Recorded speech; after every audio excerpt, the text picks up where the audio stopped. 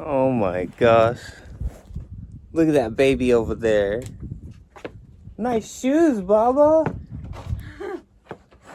Wow.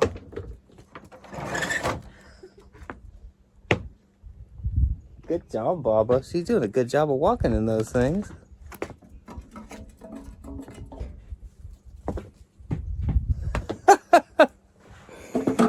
Oh my god. Good job, Baba.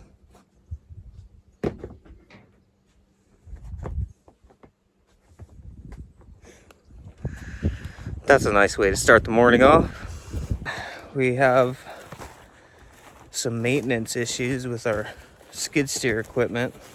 We don't have a lot of money. Well, we don't want to spend a lot of money on equipment, so we buy the cheapest equipment that we can find, and it turns out most of that is Chinese stuff.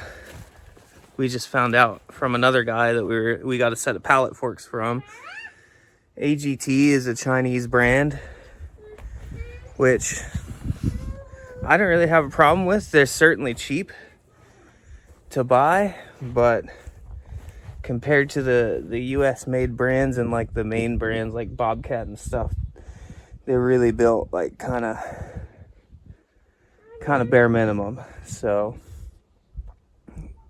we had this problem with our stump bucket, but once I repair them, they hold up really well. So this bucket is having some issues. This is the back side of the bucket where it clips onto the skid steer. These little levers here drive a pin that hooks into this plate here. And I know it's all muddy and crazy looking, but you know, this plate the steel is thick enough, but it's just got this one little weld here and one little weld here and no gussets. So it just keeps bending down and folding off. And eventually this one on this side bent so much and it just snapped right off. Here's where it was welded on. It's cheap Chinese steel, which is fine. It's just, it's not like a high strength steel.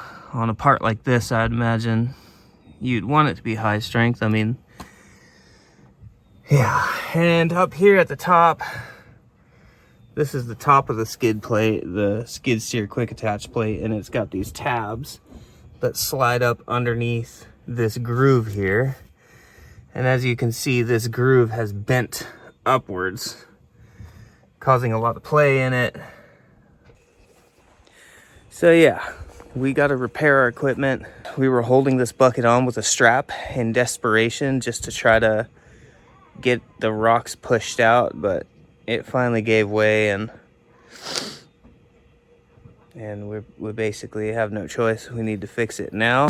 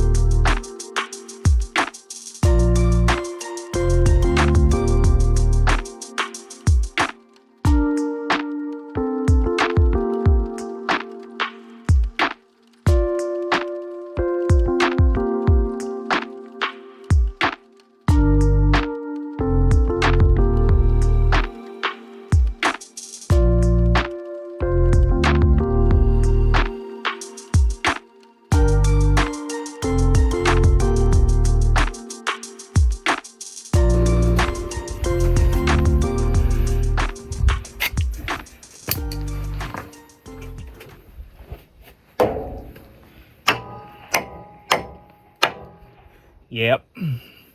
She's on there. Yeah, I think that's it. I think that's it for the underside of everything. These pins right here, I'll definitely have something to grab onto. These pins, basically, that's what keeps your bucket on when you're trying to back drag stuff. So it's real important.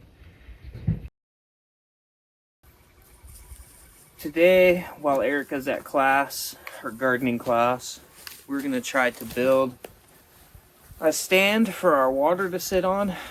A lot of people, when they go off grid, they get those water totes with the cages around them. Everybody's seen them, I'm sure. Those are great, but what they do is they set them on the ground and then they set up a pump to pump out of that into their structure, whether it be the fifth wheel or a house or something. But for me, I don't want to have an extra pump on my system, so we're going to build a stand that's about yay tall, and we're just going to use the forklift to put our 300 gallons on top of that stand, and then it'll gravity feed into the trailer because the tanks are below the bottom of that water stand. It'll just naturally flow into the tanks, and these are the vent lines for the tanks. We're going to mount them up high enough so that they're above the water tank, and if you know how head pressure and water works, then you know it's not going to spill out. It'll just naturally balance itself out in those water lines, and basically we'll be able to see once this water tank is empty, we'll have 100 gallons left in the RV, which is plenty of time for us to go and take that water tote and refill it. And yeah, it's the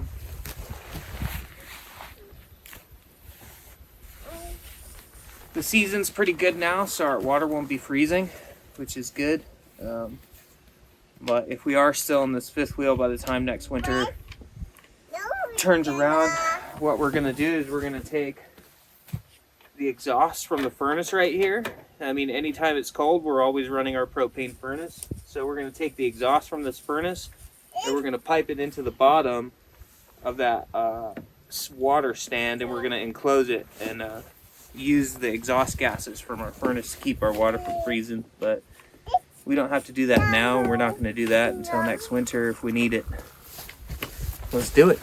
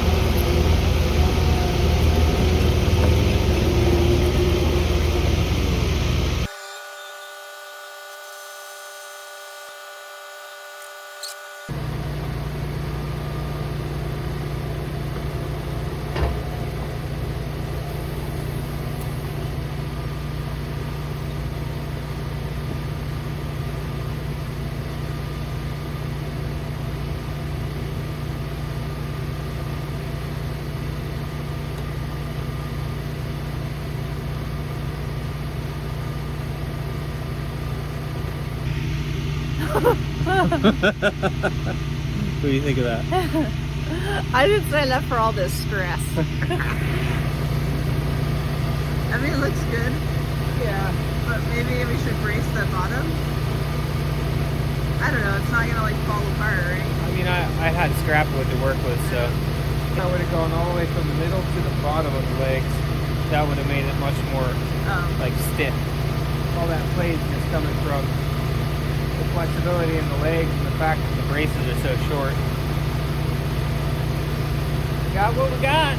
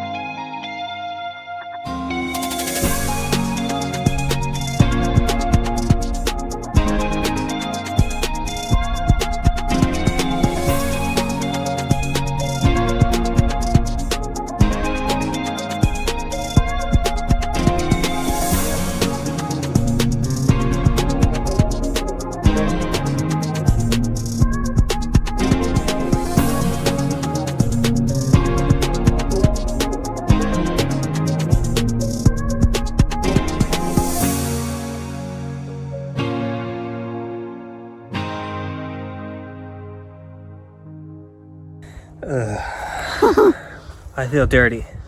It's because we are dirty. It's been a long day. Yeah. Baba especially. She's the dirtiest. She is. So there it is. There's a shed back there. It's gigantic. You should get your full head in there. It's a big shed. Who's that up there? There's a gigantic bird over there. Yeah, there's been like falcons and stuff. Yeah. Some kind of birds all around here. We also saw eagles like kind of mating in the or doing. Oh yeah, they're doing like a little dance in the sky earlier. The death dive. When they mate, they like clasp together and dive. It's cool. So there it is. It's a very big shed. Okay, Baba. May not look super big on the camera. It's 23 feet wide, right? It's 23 feet wide by, what was it, like 30 feet deep? It's something pretty big. It's something. Yeah. It's partially done. So we gotta figure out the door. We gotta put a front door on it. We don't like the, I've done several of these before, and not this big, but smaller. It's all the same stuff. It's the same kit from Shelter Logic. And yeah, the door is really crappy. It was hard to put on, and the zippers are kind of... The front and back panels are always really crappy, and the zippers are just cheap. But we put the back panel on, and we're gonna kind of button it up and make sure it doesn't blow apart. But I always put like a front structure on these, So like I'll do like a left panel and a right panel, and then we'll do some kind of door in the middle made out of wood and like tarp and all that, just because unzipping these panels to get in and out of them is just, it's awful. They really suck.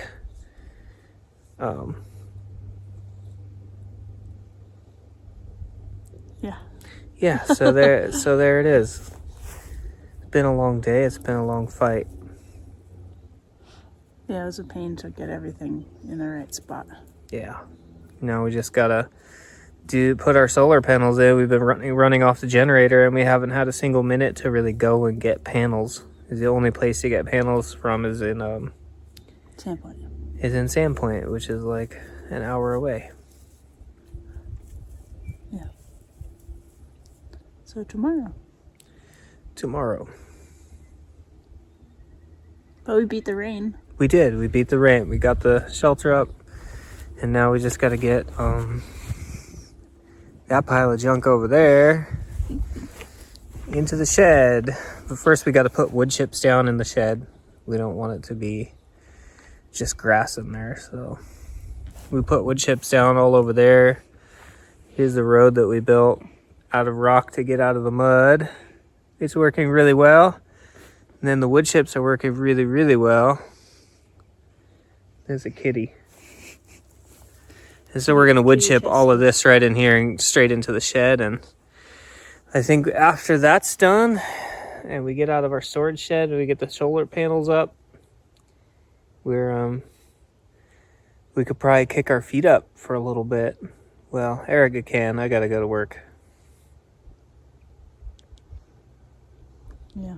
Yeah. Okay, bye. We're going to go rest. Yeah. Yeah. Uh-huh. All right. Bye. Bye. Bye.